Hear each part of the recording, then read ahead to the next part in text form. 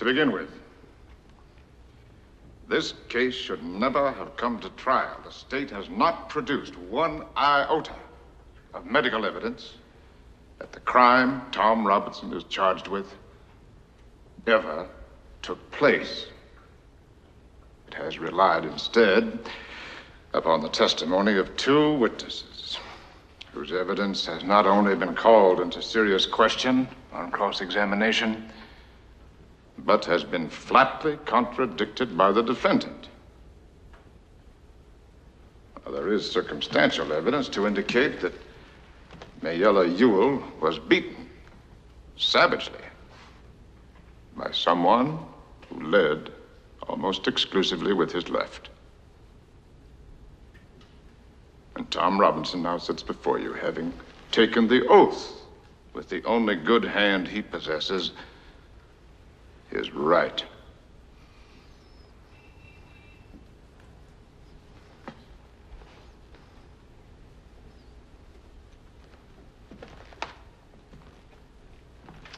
I have nothing but pity in my heart for the chief witness for the state. She is the victim of cruel poverty and ignorance. But my pity does not extend so far as to her putting a man's life at stake,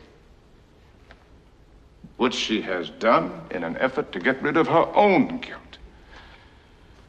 Now, I say guilt, gentlemen, because it was guilt that motivated her.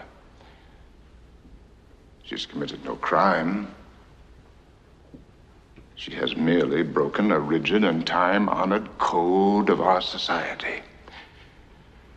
A code so severe that whoever breaks it is hounded from our midst, is unfit to live with. She must destroy the evidence of her offense. But what was the evidence of her offense?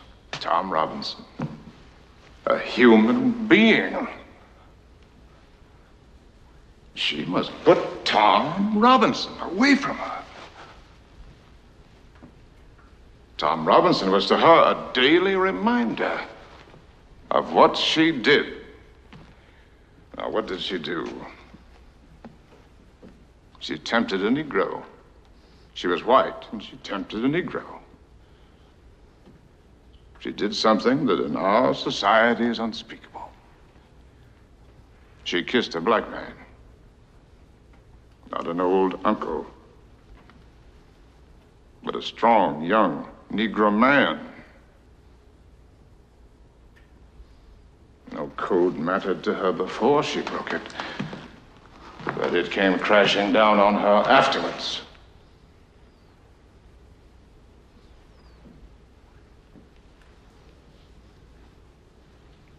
The witnesses for the state, with the exception of the sheriff of Macon County, have presented themselves to you gentlemen, to this court,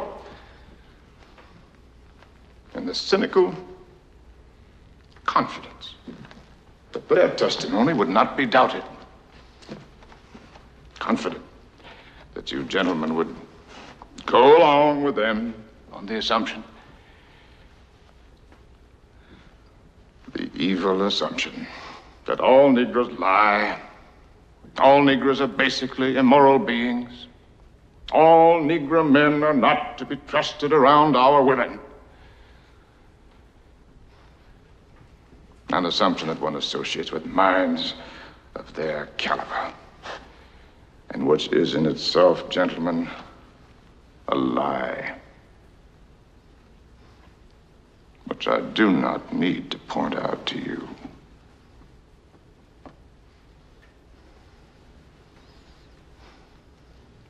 And so, a quiet, humble, respectable Negro who has had the unmitigated temerity to feel sorry for a white woman has had to put his word against two white peoples.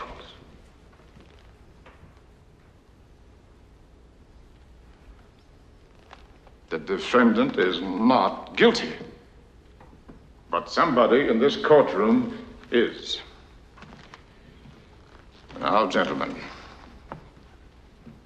in this country, our courts are the great levelers.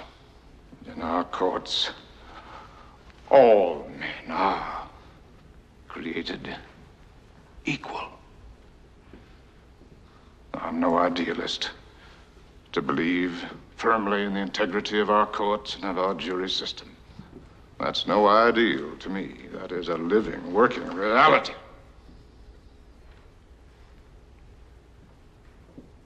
Now, I am confident that you gentlemen will review, without passion, the evidence that you have heard,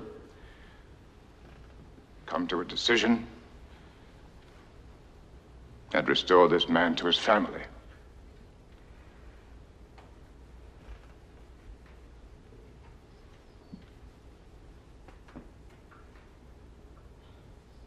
In the name of God, do your duty.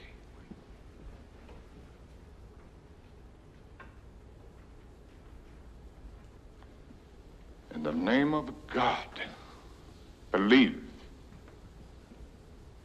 Tom Robinson.